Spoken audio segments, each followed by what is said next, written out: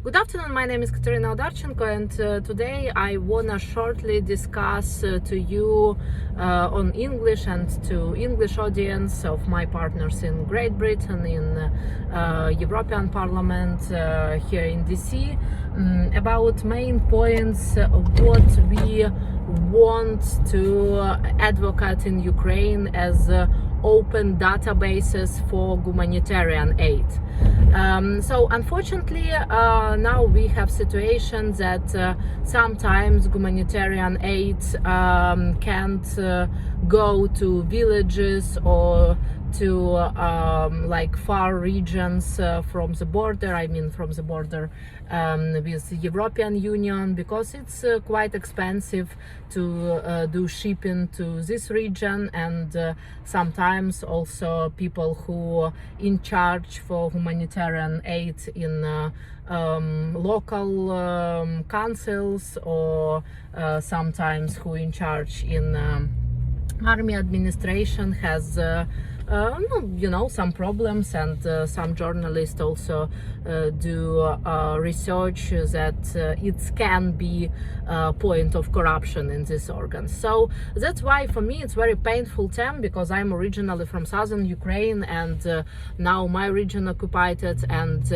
part of my region under ceasefire, under missiles. So it's a really huge problem, and I know that many people in Kherson region, villages which now not under occupation on Ukrainian territory, also suffer because they haven't any food. And we also do some questionnaire for Facebook groups and ask people how many humanitarian aid they now get, and it's mostly private initiatives, so it's not initiative of some central power. So first issue which we advocate for and which we form petition to president, it's do open database of humanitarian aid in Ukraine. I mean, of course, it's only for humanitarian aid, and it can be not about money but about some physical dimensions. So for example, if we get from United States 20,000 tons of detergent for washing, what's the secret to show to what region this detergent go, and what organization, what volunteers, or what people in city councils distribute this detergent for washing clothes, or I don't know, soap or shampoo, or canned tuna, or other food. So people really need to know that firstly who gives this humanitarian aid, for example, that the United States government gives this humanitarian aid, or like I don't know, US Ukraine Foundation gives this humanitarian aid, or I don't know, community of Montgomery County gives this aid. So it's also extremely important, and it's important political issue to know who really help Ukrainian people right now.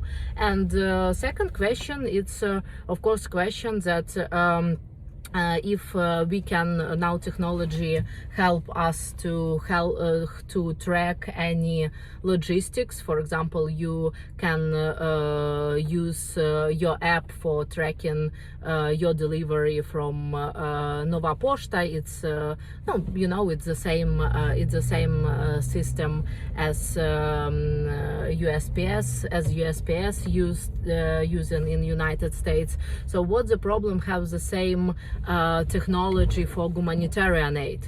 When people can come to website and they can see that 200 tons of detergent now go through I don't know, border with Poland, and then this detergent was in a hub in Lviv, and after that this detergent go to I don't know, for example, Borispil Podil region, or to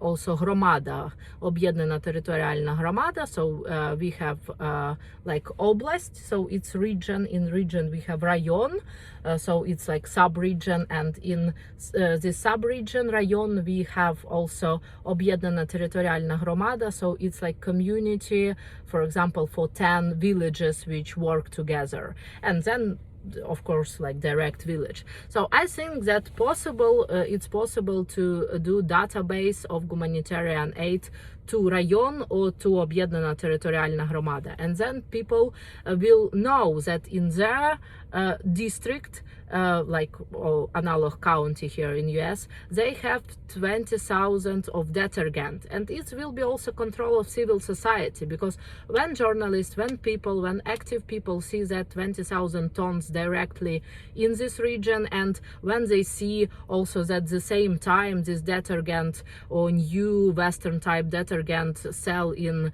local shop or in local supermarket, it can be also case to start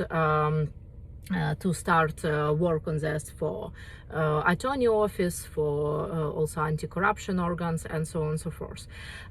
Second point, and also a really important point, it's that now people who work in government system, also in system of Ministry of Social Justice, and in different communal, municipal, structures, they have salary every month, but sometimes they do nothing, for example, because they move from their territory. I think that now government must use these people and give to them also work on delivery humanitarian aid, because for example we have people who social workers, and it's their work to know that for example in this house we have 5 people who can't move and they need additional care, and that's why they firstly need to get this humanitarian aid, so food and hygienic issues, and maybe they need medical evacuation, or some special emergency services. So it's their essence to work on these issues. Why now people get salary but not involved to this public serving? For me it's also like surprise, and I think that the government must think about it and must work with direct also reports and of delivery this humanitarian aid. And third but not least, it's a question that we must have also directly and the same structure of reports about humanitarian aid and about deliveries is humanitarian aid, because in other way if it's different reports, also some people do fake photo and then sell this humanitarian aid. So it's also very important to do some unified reports and also to do it transparent.